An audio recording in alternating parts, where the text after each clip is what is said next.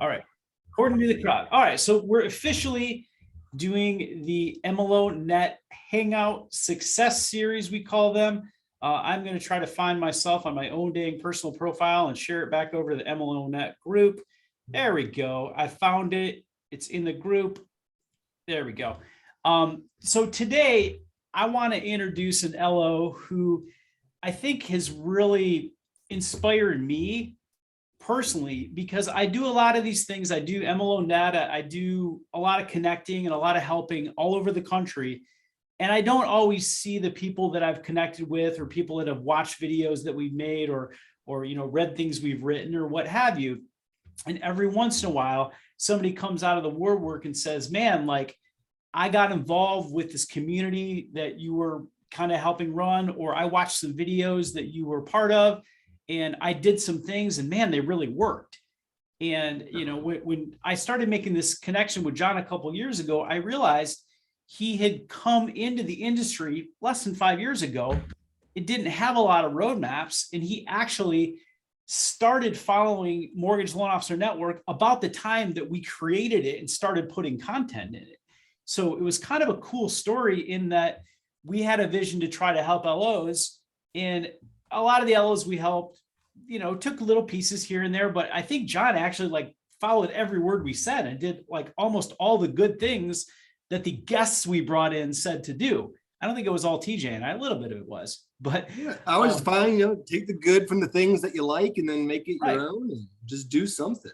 Exactly. So this whole do something concept is something that we saw you do. And then I got to know you a little better. And then I was like, man, this guy has been in the business, what, Jon, less than 5 years?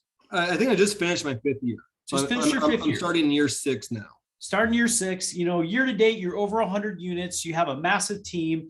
That's just in your name, not the other self-source LOs. You're 30-40% VA. Even though the markets seem to be kind of squirrely, your units are still good. Your purchases are still good.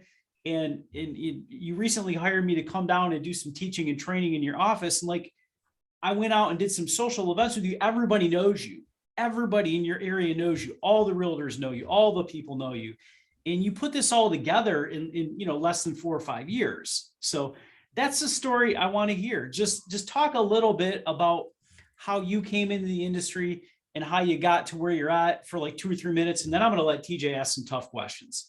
Sure. All right. So basically I came from the financial services world. So I was the guy that would sit around the kitchen table and talk to you about your IRAs and your life insurance plans, or on the business owners talking about setting up the 401k for the entire plan, for the entire company. And I would refer business to mortgage people when it came time and said, okay, hey, go get 2 or 3 quotes. I'll come back and I'll help you decide which one's the best one for you. And then I had a couple mortgage people that I would refer to in hopes that they would refer me life insurance. And selling life insurance, it's very difficult, especially in your young 20s. I look back at my career and I couldn't believe that I was a 21-year-old, 22-year-old talking to these 50-something-year-olds about rolling over their life savings with me into an IRA. And I'm basically just going off of a sales pitch that a sales manager taught me on that.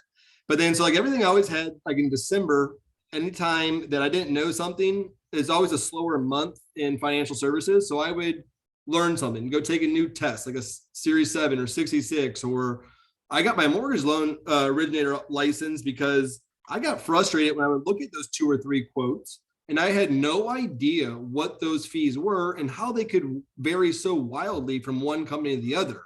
And I would just go in, and so I took the test just to take it. And one of the realtors were always a target market of mine in financial services when it came time for, most of them were 1099, so they didn't have life insurance plans, they didn't have IRAs, they didn't have anything. So I had a lot of realtors that were financial planning clients when I was about ready to make this move.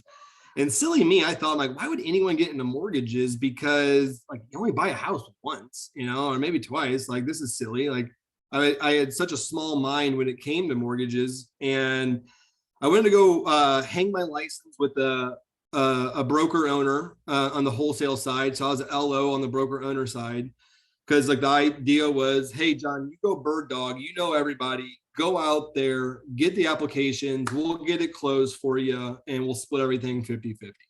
And then so in my first year, I did about 100 units in there, and it's all 100% purchases. And then as time went on, you realize that the sales side of it was the hardest part, and that you could kind of hire somebody to do that LOA work on there. And I started doing that because most wholesale brokerage platforms don't really have training programs. I would say I don't know, I don't want to speak for everybody, but the ones here in Tampa Bay that I interviewed with did not. And so I would go on to all of these different Facebook groups to kind of learn. So MLO Net was one of the first ones, and I would watch your guys' videos, and I'm like, how does someone get to 100 million? That is insane to me. And talking about all these different systems and getting things in place. And basically all I had for my whole career was just I still work off a legal pad of it. So like when someone would call me, I write down their name, number, and I basically do an application over the phone. I get enough information, send the online app off to the LOA, and then I'm on to the next to find it. And then I think it was you, I think maybe it was Scott Groves, someone else that you introduced me to on it was, just someone like, you set up a team. Everyone has their own spot. Your job is to bring that business in. And there was a video by Tim Brahim called The Perfect Loan Process. And, a lot of mortgage coaches and people in the space kind of go back to that thought. And he was just one of the first people to put that out there in video in a coaching program. And it was kind of like, look, your job is to be the marketer, to be the lead, to be the person bringing people in. And it doesn't mean you don't have to know your products or know what's going on with files, right. But, get to the point where you know enough to talk to the client intelligently, and then your team should do the rest. And you really shouldn't get involved unless there's some kind of problem. Or as our good friend Dan Keller, which I know I sent you some of the Dan Keller videos to watch. We did those a few years ago. Maybe pull those back up or get him back on. Dan used to call them Superman moments, where like, hey, these people are clear to close. I don't want my LOA to make that call. I'm going to make that call. Not because, I don't want her or he to have the credit, but just because the way that the team is structured, we want them to remember my name, the Jon Howard team name. So I'm going to call with this great news and ask for referrals, and then pass them back over to the team so that they understand the whole closing process, kind of thing. Absolutely. And so I like to have those hero moments, of when I get like 4 or 5 applications a day. And then in the afternoon, my LOAs will say, hey, these ones approved. I'm like, okay, let me call the realtor and say, hey, TJ, I'm gonna let you know I got Michael approved up to 400,000. You might need a little bit of not much wiggle room here. The appraisal gap doesn't have much, or whatever it may be on there, just to make your offer more competitive. Like, make sure you copy me on every offer, so that way I can call the listing agent, or someone from my team can call the listing agent to help get this offer accepted. And then I call Mike, the buyer, and say, Michael, I've been working on your file all day. I got you approved, and it's really great. And then here's kind of like an idea of sample payments. Whenever you get, 2 or 3 properties, just reply all to this email I'm about ready to send out, because I'm out and about all the time. I have 4 people on my team that are dedicated to only my files. And so they're always in front of a computer. So that's the fastest way to get an answer, but feel free to always call me, text me. And then the one thing I've learned is how to set boundaries, because I have a 5-year-old, a 3-year-old, a 1-year-old, and a baby on the way. And that job is much tougher than the LO job. So I tell people and say, hey, my wife hides my phone from me from 5:30 to 8 p.m. But I'll call you back at 8:01, as soon as I get those little kids to sleep. And when I remember my first 4 years in the business, maybe I would take 4 or 5 calls a night after 8 p.m., even in between that time, just because the phone rings, I need to answer it to do it. And I think I've, my realtors respect my time enough, like the good producing ones. I found like when I get like the newer relationships, I'm just a commodity to them and to work on it. But for the most part, my evenings are not as stressful as they once were. And they're like, I maybe have like 1 or 2 a week that I'll actually talk to in the evenings, because, they can probably wait until the morning to get their answers. And I don't ask my team to work late at night. That's my job. I take those calls, and So let's pass it over to TJ. Now we kind of called this call, market at all costs, always be marketing, kind of off the Glenn Ross little spin off that. But I know that when I hang out with you, you're everywhere. You're in radio, you're shaking hands, you're kissing babies, you're sending emails, you're sending cupcakes to Girl Scout troops, all this kind of stuff all day, every day. TJ, can you dive deeper into this and ask him some tough questions on how he does all this and what he does? And I mean, right before you get that, I just want to say one thing. So Michael, thanks for having me on here, because like when we talk about, like, I learned from you, I always joke to you, I'm like, you're my first official mentor in this business. And it's because of like your videos and these here forcing me to learn to get better. And there was so much information, so much misinformation on the internet. So I chose you and your videos, and then who you recommended, and I got the things. And, now all of a sudden this career that was supposed to be a little side hustle for my life insurance business. I think I wrote one life insurance policy all year this year, like it's all about mortgages now, and accidentally became pretty darn good at it last year, just shy of 100 million.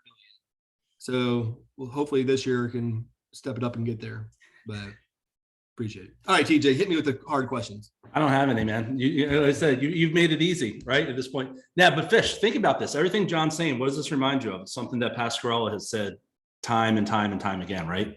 More hands you shake, the more money you make. Mm-hmm. So John, when I listen to you, the first thing, that I see, if I put myself in the spot of the average loan officer, which trust me, I am average, right? Like, so, but they're like, oh, well, something, you have that background, right? You had that background. You were already kind of sitting down at people's tables. You were already comfortable shaking hands. You had already built that network right there. To me, though, what I'm seeing from you is it is truly, you're just making connections. Doesn't matter what the product is, right? You're in sales. So you could be selling life insurance, you could be selling mortgages, it could be real estate, it could be whatever, cars or kitchen knives or whatever the case is, right? Is your basic philosophy to just contact or have contact with as many people as possible throughout the course of a day? I mean, pretty much to dumb it down. Yeah, I would say, like, I used to have this book called Networking as a Contact Sport. And I had the old life insurance trick of having 25 pennies in my left pocket and transfer them over to your right pocket every time you make an outbound call to let someone know what it is that you're doing. And probably like the best piece of advice I've ever gotten in my life was when someone just randomly pops in your head, call them. And so, like, I'm not calling them for a mortgage. It's like, TJ, popped in my head, man, how you doing? It's been too long. And just kind of talk to you about life. And this nice little break, instead of talking about, rates are rising, right, there's no houses to buy, just kind of, it's like they usually say, hey, I see you all over social media. It looks like you're killing it. Your family keeps on growing. And then we talk about families and babies, and like, all right, man, don't let 10 years go by. And so, like, I didn't ask for business. I didn't do anything, but now I'm top of mind, right? And everyone's favorite subject is themselves. And so when you keep asking people about them, they remember that feeling of like, wow, he called to check in on me just for no reason. And there really is no reason to do it. It just popped in my head, and it really is genuine. But without fail, I'll get a referral from that person within 2 weeks because I'm top of mind now on that. And so you're able to start projecting as well, right? You're like, hey, if I have 10 conversations, right? If I have 10 conversations this week, I know 2 to 4 referrals in the next month, right? And then you start prospecting out, right? And say, hey, well, I need to make sure that if I'm if I'm able to pre-approve 40% of all referrals, and just keep drilling the numbers down till it comes down, you come in, you're like, okay, 17, I need 17 pennies. I need 17 pennies in my right pocket today. And I want to move them over to my left right there. So now, do you build your day with that type of structure? Do you have set goals of what you're going to accomplish, or is it kind of, you're bringing it, kind of riding the wave of how the day goes?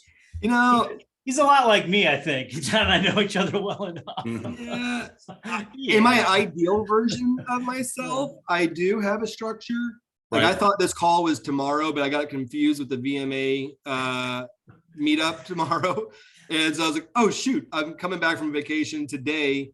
I was like, tell my wife, we got to leave early. I got to be home by noon for this call. It's like, how do you not plan your day on that? So I'm not the best example on that, but I will tell you, it's been drilled in my head to make at least 25 outbound calls. And so during the refi boom, I would still make my phone wouldn't stop ringing because I mean, I don't know if we're going to get into this now, but like I advertise on the radio. I have a pretty good social media, YouTube pre-roll situation, some pay-per-click advertising. And then I went back and looked at it. I have 12 realtors that send me at least 8 contracts a year. That's awesome. And so like I have really good producing realtors that I work with. So I had a lot of inbound calls. John, I mean, I still had to go out that 25. 12 times 8, that's 96. Yes. That's a lot. It is. I mean, last year I think I was at 280 units. I think 150 or 60 purchases, even during the refi boom. Like I focused on purchases the entire time. And then I looked at the refi boom as found money, and I took those refi commissions and reinvest them into my business, where I made 2 additional hires on there, and it helped me to get things going or buy more radio ads. I made a mistake trying to go on to FM radio, and that was a giant waste of money. But I was able to do that because I saved my money and reinvested the refi money back into this to build the brand. And I think the one thing is that what's the difference between, Fairway or Guaranteed Rate or Loan Depot or Cross Country? Like they're all great, like in a consumer's eyes, they're all big companies that are good, right? It's the brand, right? And so like your individual brand is what matters. So if TJ went from Fairway to Guaranteed Rate to whoever, people like TJ, not those big businesses, right? And so like that's why my brand is the Jon Howard Home Loan Expert Team. Like we're part of the Home Loan Expert, which is the parent mothership, but we're all individual brands to brand ourselves in there. And so we do the same thing on our team. So I work for the John Thomas team. And let me tell you, man, and anyone who's listening, connect yourself with a really good loan officer like Jon Howard, right? Or in my case, John Thomas or, Michael Fisher.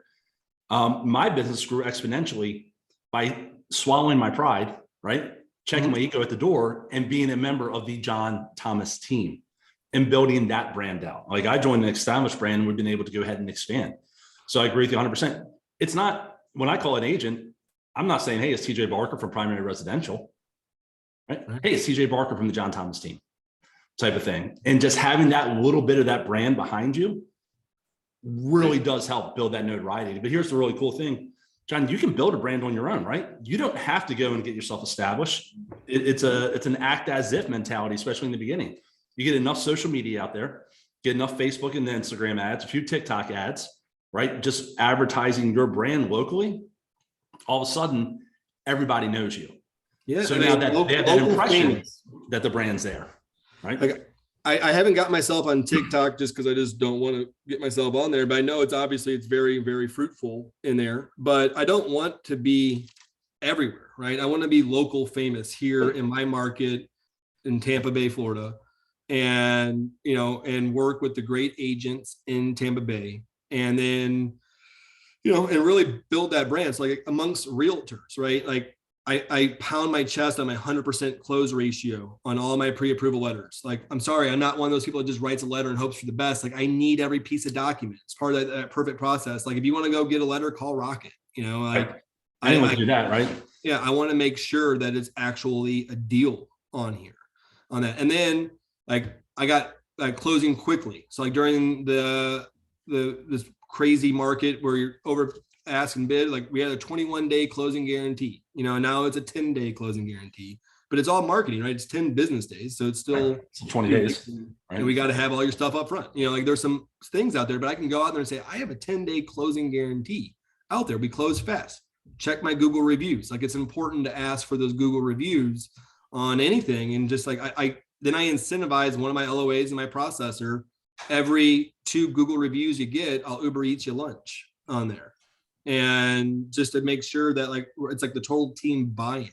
So that way I can go in. So like, but then my brand to people on the radio is like, I'm the family guy, the local guy, I only advertise on sports talk radio, Tampa Bay sports fan on there that cares about your equity, don't want anyone to raid your equity. And we do a lot of good in the community.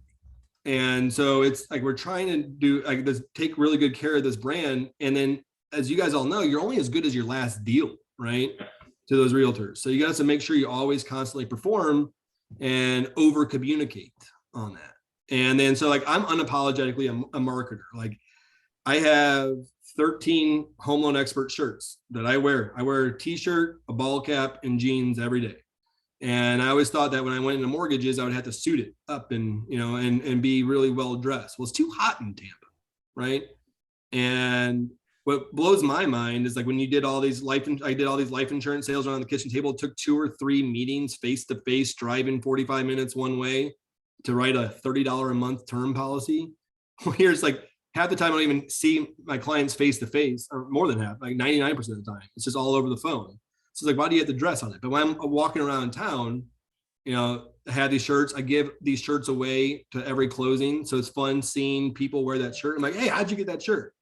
I'm like, oh, I'm actually Jon Howard. And you're like, oh my God, hey, nice to meet you.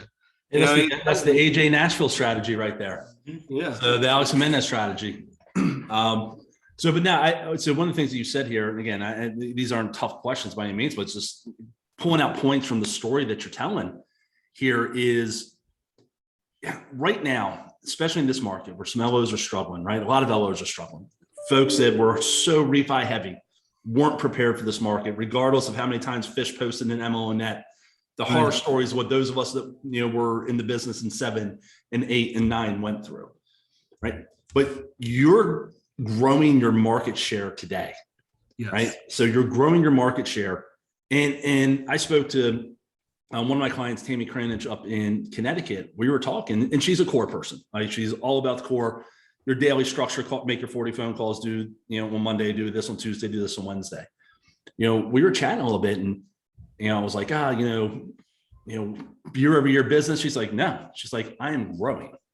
She's like, I'm taking this opportunity as LOs are leaving the business, as they're getting frustrated, as their service levels are continuing to drop, and I am growing the business. She's like, I might need to have twice as many agents that refer business to me to maintain the same numbers and 3 times as many to grow, but that's what we're going to do. I see right now in the market that we're in for the disarmed loan officer as a great opportunity to build that market share and expand their business. So, and if anyone watched the video we did with Barry a couple of weeks ago, Q4 rolls around, the market opens up a little bit, rates drop down, and then into Q1, they're going to grow exponentially at that time. And it sounds kind of a little bit what you're doing right now. Yeah, I mean, unfortunately, like, I'm not immune to the volume issues. Like I was, you know, last year I had a couple 40-month loans, 40 loan months, a couple 30, a lot of 25 plus. And now it's more like 17, 18, 20, 22, 14, 20. Like, you know, it's like some of those things of like, yeah, but how much of that is refi versus purchase? Like how much, you know? Now I'm like 95% purchase again. No, what I mean, like, so last month you did 40, or last year you did 40, right? Or was it 20 purchase, 20 refi? Was it, yeah, I mean, it's probably 25 purchase, 15 refi. Yeah, Somewhere so right you're around saying, there. I mean, so yeah, you dropped a little bit, but your core business model, it's still solid right there. Right. And it's like right now, like everyone's laying people off. And like, I just felt terrible. Like these people that I took them away from another company or, you know, got them into the business that worked their tails off during these operations. I'm a terrible business owner. I probably should lay off one person, but then how do you do it? You know? And so what I just did was, and we had to get our rates like even better. Like when you Google the average interest rate, we're always a little bit less. So like, I never beat my chest on being the lowest rate guy because it's just a race to the bottom. Yep. But my rates are fair and below average. Like if you're a broker, you're probably going to have to go borrower paid against me to beat me on that. But like, so then I had to tighten that even more. Well, now all of a sudden numbers are going down. So like, I just lowered my comp right now. And I was like, okay, like this is the first time in my life taking less than 100 basis points now, but it's worth it because what's on the other side of this, I'm not cutting back marketing. I'm going to be in your face. Like on my sports talk radio, there used to be 5 lenders. Now it's just me and one other on there. And, you know, on social media, I've noticed that there's a lot less paid advertisements on LO stuff. Right. The increase in the rate and the tightening in the market has taken us from being in a red ocean to a blue ocean, right? Because the competition is less right now. So it's such a good opportunity. So let me ask you this, and then, you know, I'll let Fish take over because I've been doing most of the talking here. But let's just say, you know, you were starting over again, at this point, right? You came up here and hung out with me in Baltimore, and you're like, T, I'm going to go ahead and I want to steal all your business from you. Now, so but now you're going to go ahead and start fresh.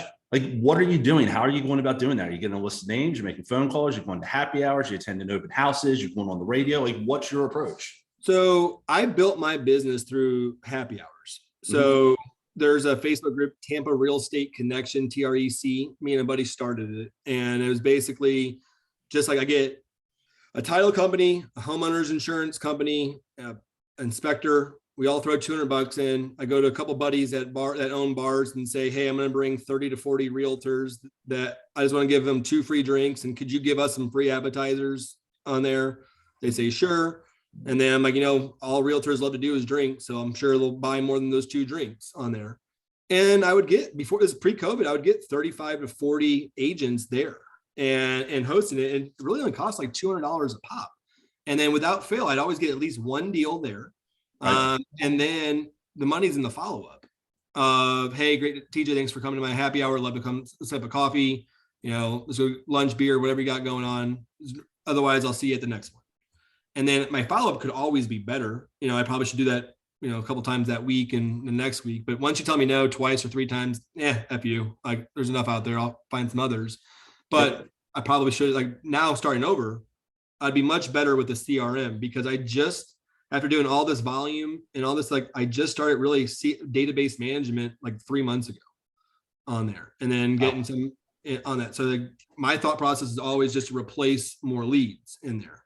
Now I'm really starting to nurture that database more with more touches to go. And like I always focus on the activities, right? So 2 locks a day keeps April away, and April's my CFO.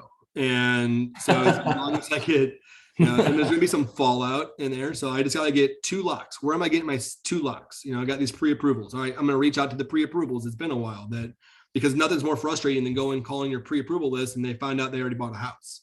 Right. Yes. Done differently, like in those type of things, you start questioning your process and what can you done better? What can we do better? And, but to answer your question, I would definitely do the happy hours. I'm better in person than I am on the phone. And so I would go to any type of happy hour, community service. The thought process, I was very close to starting my own broker shop and being a broker owner. But where I'm at now, it feels like I'm a broker owner, but on a correspondent line there. And I was going to lead through community service. Like, all my advertisement stuff would be community service driven. So like, if I didn't get a loan out of it, at least I did something good about it, but then people can see what a great guy I am. That type of marketing. So like, one of the things that I did this was pretty successful was a cutest pet contest. Everyone submit your cutest pet. We'll vote on it in Facebook, shared it with the Humane Society, hosted a happy hour at the Humane Society, got 45 agents to show up again post-COVID, which is like my 3 happy hours post-COVID. I got like 8 people. This is my first successful one. Nice. And then we raised over $1,500 for the Humane Society. So it was awesome. Like a win-win-win-win.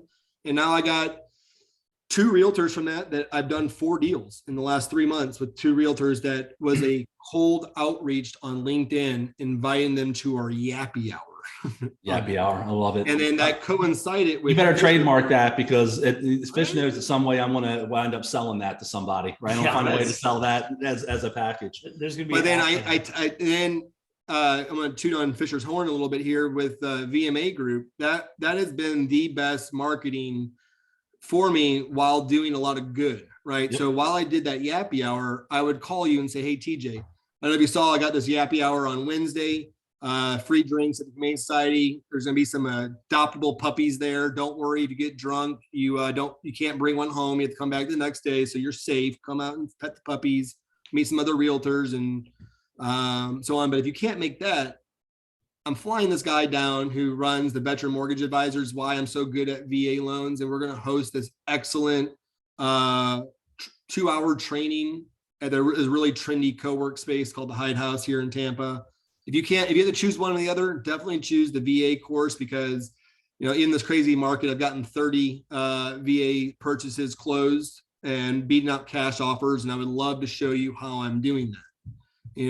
I know, and I look at the MMI. I'm like, hey, I look at you do a lot of listings. out of curiosity, how do you feel about the VA loan? Is it something that you think is inferior, or is it something that you think that's great? Because some people love it and some people just need some more and more education. That is how I always phrase it. It's like some people love it because they know how easy it is, but some other people just don't know what they don't know. Dude, that's awesome. And, that's awesome. Good way to say it. Yeah. Yep. Better put that one right in the chat box now, Fish, because yeah. I think we got 30. I think we got 30 agents, Fisher, there. But like they were big producing agents. Most of those agents that were in that VA training had 20 plus purchases every year in there. So like they were good agents. They were all team leaders. They all had and so you were able to say like, hey, can we go train your whole team kind of thing? Yeah. And then that's very intentional about how you reached out and how you were doing the invitations. And in the beginning, you wanted a smaller group so you could communicate one-on-one. Some people just take this shotgun approach, like, oh, I want you to talk to everybody. And you're like, well, I'm going to go a little bit more sniper approach. I don't want to talk to these people. They've been on my radar for a long time. I want to get them, in a closer setting. And then there'll be a couple people that already like me in the audience that are, kind of endorsing me as well as we go. And, that makes your follow-up game a little easier because you're following up with people that actually have that influence and can help you maximize your marketing time. It turns from knowledge-based marketing, which is what you're doing in the class, to relationship-based marketing. Like, hey, I'm out here trying to make you better at your job. I'm trying to give you knowledge. I'm trying to, literally help the community with all this education. But then I also kind of want to be your guy too, Yeah. So know, like, and trust, right? Yeah. TJ, now I'm really thinking about that question. I would definitely just make myself the VA specialist in that area, because every listing agent that I call, and I don't do it on every offer, but I do it on every VA offer. Mm-hmm. And I'm like, all right, TJ, you're about ready to get an offer through this realtor for Michael Fisher. Just want to let you know, I have every document you can ever imagine. If it helps, I can close this loan in 21 days.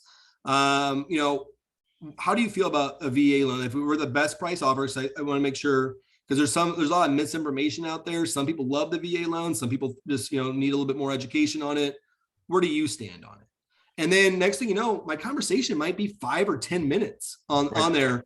Oh, okay, what else? All right, a lot of people think that the appraisals are tougher, but did you know about Tidewater or the reconsideration of value on this? And then just kind of make them feel better. I looked at the listing. Doesn't look like there's gonna be any minimum property requirement issues on there. Do you think there's is the property in good shape? Do you think everything's gonna pass? Is there anything that you're concerned about?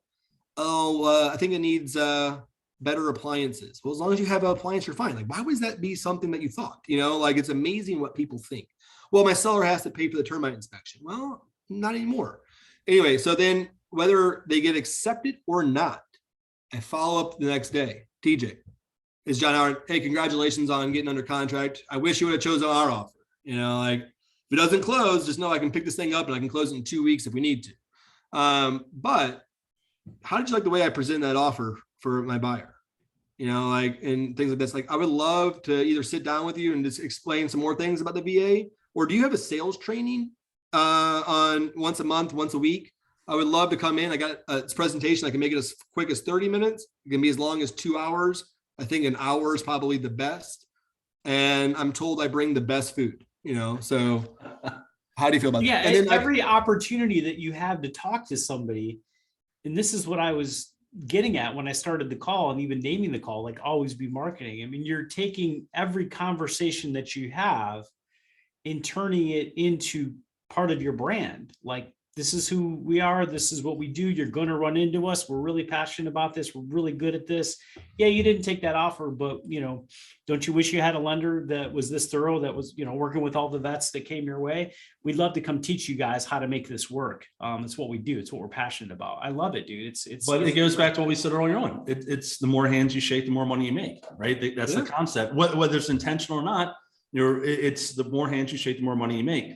And what I love what you just said there, John, and I think everyone should do this. And you mentioned the VA loan product, but it could be anything, right? If you start, again, going back to branding, start to build your brand as I am the person who can do X, right? Hey, John, I don't need all of your business, but I specialize in the VA loan product. Please give me an opportunity. Let me show you how we do this. Let's take care of our veterans. The rest of your stuff, go ahead and send it to your existing lender relationships. I'm not trying to get in the way of that. Now, in the meantime, you're trying to get in the way of it, right? You're trying to shut down white glove service, 5-star reviews across the board, knock their socks off. So now all their business comes to you. Yeah. But- And so not to give away all my trade secrets, but I do say like, all right, TJ, listen, like, obviously I'm selfish. I'm greedy. I want all of your business. I do. I mean, it's a character flaw of mine. I want it all. But think of me when you think of VA, because every VA loan that doesn't close reinforces the negative stereotype that they're somehow harder. And my mission, the veteran mortgage advisors, there's 300 of us that across the nation, and I think 20, 30 different mortgage companies, we all help each other close loans because we believe that veterans deserve to own a piece of the land that they fought to protect. And so please, whenever you get a VA buyer, or maybe as a listing agent, you might maybe want to accept it. You want me to cross qualify them. I'm willing to do that. But just think of me when you think of VA. And then once you see that I can close a VA loan in 21 days and it's smooth and you're like, oh, I'm asking you to move up the close date. You're like, wow, if he could do that great for VA, imagine my W-2 conventional people, right? And I say it just like that to TJ. And they usually laugh and they appreciate my honesty and my forwardness. And I think I get away with things just by the way I say it on it.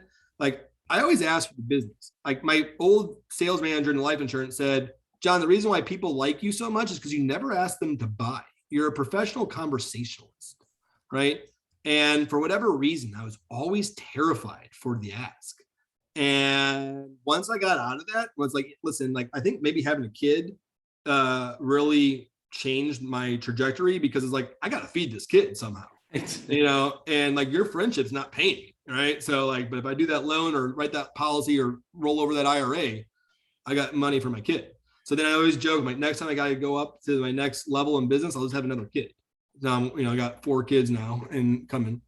So it's like, John, eventually you have to come up with other things. Like maybe I don't know, it's good motivation. Tell you what, join a social club or a country club or pick up like a boating habit. Find something else that's expensive. right? You could, or just get your kids in travel sports. There you go. Yeah, that will break you. I promise. But right now, speaking of it, like I put my kids in my ads. You know, like it's just one of those things. Like my Instagram stories that you'll see, like I'm an oversharer. Like they were made originally to keep my parents in St. Louis like in the loop of what's going on with my grandkids. And the next thing you know, like my friends from college and like the realtors that I just connected with see like what an involved parent I am, and like, oh, this is a nice family that is nice. That's part of my brand. And 100%. You go back to like some of the original Facebook classes that Fish would teach about organic Facebook marketing. And now it's moved over to Instagram because again, you know, Facebook's where old people like me and Fish yell about politics, right? Instagram is where your target audience is for the most part these days, or like some of the other platforms, but they're seeing who you are, right? Like, oh, he's the family guy. He's the VA loan guy. He's the, you know, the giveaway, the animal support guy, I can't think of the name, Humane Society guy. Like they start connecting you with these things that feel good. Like you said, and it's less about, hey, I see you were late on a credit card 3.5 years ago. I need a detailed letter of explanation from my underwriter, right? They're not connecting that, connecting the positive for it. So here's the last thing I would say, because we're running along. And again, I love the sound of my own voice. You know, for anyone that's listening, just because John started with a background of face-to-face and being comfortable and having a network doesn't mean you can't do the same thing. You build, take his penny trick. I've got a book, I don't have it within reach. It's called the Sales Bible. And literally all you do is you open it up and it's got little circles that you fill out for every call that you make with the goal of making 25 phone calls a day, right? 25 phone calls and 10 conversations. So do that, learn to be a specialist. Heck, if you do the VA thing, if you work with Fish and his team, call 10 agents a day, have 4 conversations. That's 20 a week. Do that for 2 months, right? You're at what? 80, 160 conversations where you said, I'm the VA loan specialist, work with me. You'll get some business from that if you follow up. It's about building that niche, building that reason to have that conversation, and then having the conversations and shaking as many hands as possible, be it virtually, on the phone, in person, at a happy hour, in line at the grocery store, whatever the case may be. John, I tell you, man, and again, Fish will take this over from here. I have learned a lot from speaking to you, man. I've really enjoyed the conversation. I think anyone that's watching this in MLO Net or on our Facebook pages, mortgage sales or not, can learn from what you did and how you built your business. It's extremely impressive. Well, thank you. I enjoyed always. I mean, your guys's network has changed my life for the better. And that's why I try to be as active as I can on this and the VMA site, just trying to help out when I can at night, wait for my wife to fall asleep. And then I'm out helping on loans or getting help on my loans. It's something that, I got really lucky. Like when I found the company I'm at right now, just like the marketing specialist and having the raw price and doing all that and finding that partner is important to do. Right. Like one of the things, like little things like you could do, like the down payment assistance program that's coming out, the Hometown Heroes on there. It's a great thing, but we kind of rebranded it ourselves. And I have the FLA25k.com on there. And they're like the 2-1 buy down. Right. Come up with a little snazzy name with it. We call it the interest rate rewind. And then you can have fun videos that you post on it. And everyone's selling the same stuff. It's just a different way of packaging it and then being loud about it and then letting people know what it is that you do. Like, it's crazy. Like how many, the videos I post, I'm like, oh, I'm going viral on this one. And I get like 10 likes from everyone in my company, my mom. Yep. And but then all of a sudden, like a couple days later, I get a direct message from someone that saw it, didn't like it or didn't comment, but they saw it. And then they reached out to me and now they're in underwriting. Right. So that's something to make the damn video. I was looking back on goals. 2008 was going to be 18 was going to be the year of the video. I was going to do video marketing, not one video. 2019, I was going to do the year of the video, not one video, because I get terrified of what the trolls are going to type or, my friends making fun of me. And then finally, I was just like, I got over that mental roadblock, and it was just like, make the crazy video, post it, do an informational one. Like they don't all have to be funny, do the information ones. And then people always talk about rates. I basically regurgitate Barry Habib and I sound like a really intelligent human being, I kind of understand it, but it's, making those posts on there, branding yourself as the expert so that people come to you when they're being top of mind. Yeah, and then, well, one thing I know, and it kind of closes up, John, is that anybody who's watched this is going to be regurgitating some of the things that you said to make themselves sound like an expert when it comes to asking for business. I mean, you got to have the go-to lines, you got to have the strategy, and just, I love this kind of conversation in the kind of market we're in now, because a lot of people are just getting in the negative headspace and not doing the activities they need to do. And whenever I talk to people one-on-one, they admit this to me. Well, if I had them on camera in a bigger conversation or a group, we still got almost 40 people watching between the live and the webinar. Very few are going to admit in this chat they're not doing what it takes. But if I got them one-on-one, I would imagine that very few people are making those 25 calls, because just like the last time we had a recession or some challenges in the mortgage industry, it's painful sometimes to make these calls because you have to dissect tricky, complex situations and scenarios and inflation. And like you said, I mean, you try to regurgitate Barry, but it's not fun all the time. But you're just making it about family and friends. It's not about work all the time. It's about just connecting with people and shaking as many hands as you can. And yeah, if they call you about work and you got to talk about bad stuff, you talk about it. But man, just don't forget that the advantage we have is literally the people we know and meet and see face to face or see on Zoom or whatever. The logos out there on the Super Bowl or the internet click ads can't compete with our face. I mean, we're good looking dudes, right? Above average. Solid right. 6. So you had me on here. Sorry. So I'm breaking the bell curve.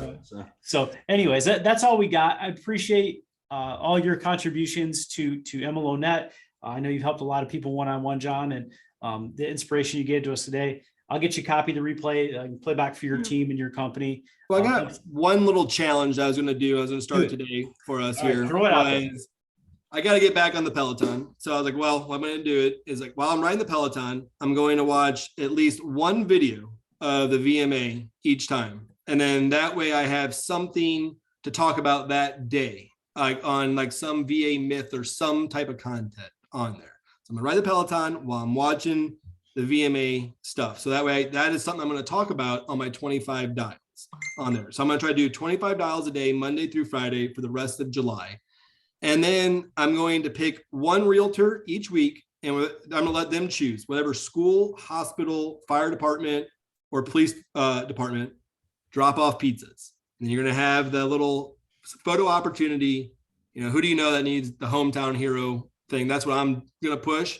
But if I don't get any loans out of it, I just did some co-branding with a realtor, and I'm going to buy food from a veteran-owned business to drop them off at these places for target demographics. And then if I don't get any loans out of it, at least I got the feel-good social media post. And if I don't even get that, at least those hometown heroes got a nice meal. And then the veteran-owned stuff. So like the things that you do, if you get nothing out of it, at least you feel good doing it. And Awesome. I'm saying all this out here, so that way I'm held accountable that I finally get off my butt and make those calls to those realtors to say, hey, let's go 50-50s on this pizza. Let's go drop it off at this school, you know, and let's go get a nice little picture.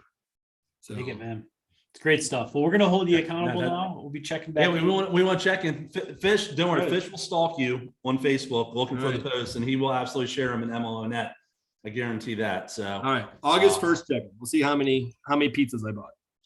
all right, sounds like a plan. Seriously, man, great stuff. We really appreciate it. Hey, my daughter and I might be heading down your way on October 27th to watch the Ravens play the Bucks. So